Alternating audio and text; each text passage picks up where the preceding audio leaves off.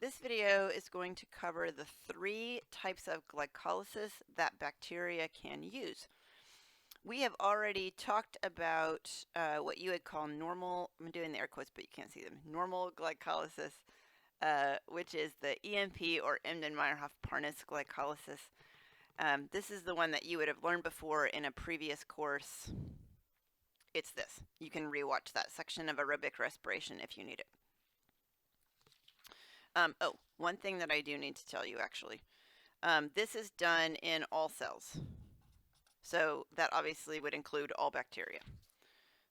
The second type that we're going to learn is only done in some gram-negative cells, and it is called Entner-Deuteroff. And Entner-Deuteroff only makes one ATP. We don't really care about that, right? We just care that it makes ATP. It still makes some, so I call these interchangeably reducing power and reducing equivalence. So anything whose job is to accept and donate electrons has the power to build new bonds or is the equivalent of a new bond in process. And so sometimes I call them reducing power, sometimes I call them reducing equivalence. It's the same thing. So you might remember that EMP made only NADH, and NADH typically carries catabolic electrons to the electron transport chain, right? So Entner-Deuteroff makes both NADH and NADPH, where NADPH typically carries anabolic electrons to creation processes. So this is a really important distinction for bacteria because they don't have any internal membranes and they need some kind of way to keep their electrons separate. So you can see the process here. The important things to know is ATP is still produced.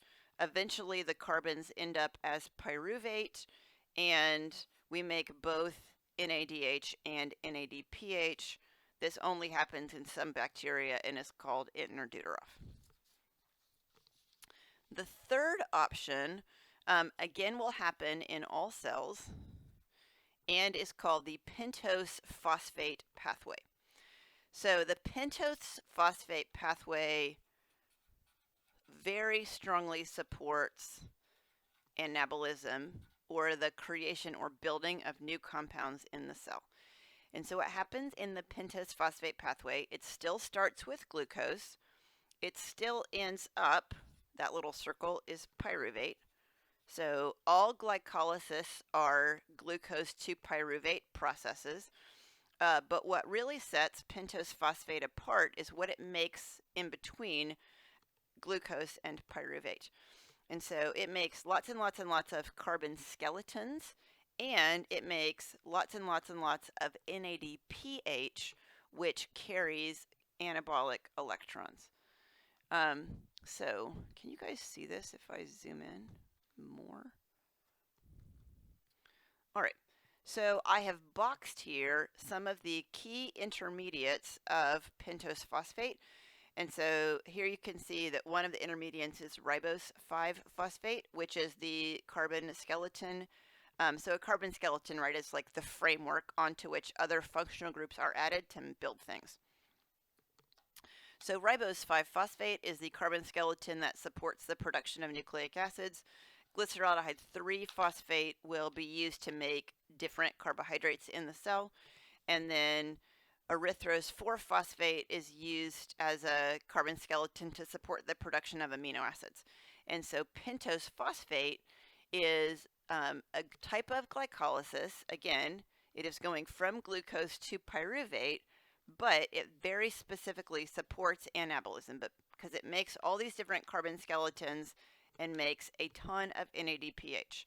Pentose phosphate is run in all cells and can be run simultaneously with both Embden-Meyerhof, also in all cells, and Entner-Deuteroff, so which is gram negatives only. So you will find in the PowerPoint this summary pathway thing, but you can read, so we're not going to go over it at this exact minute.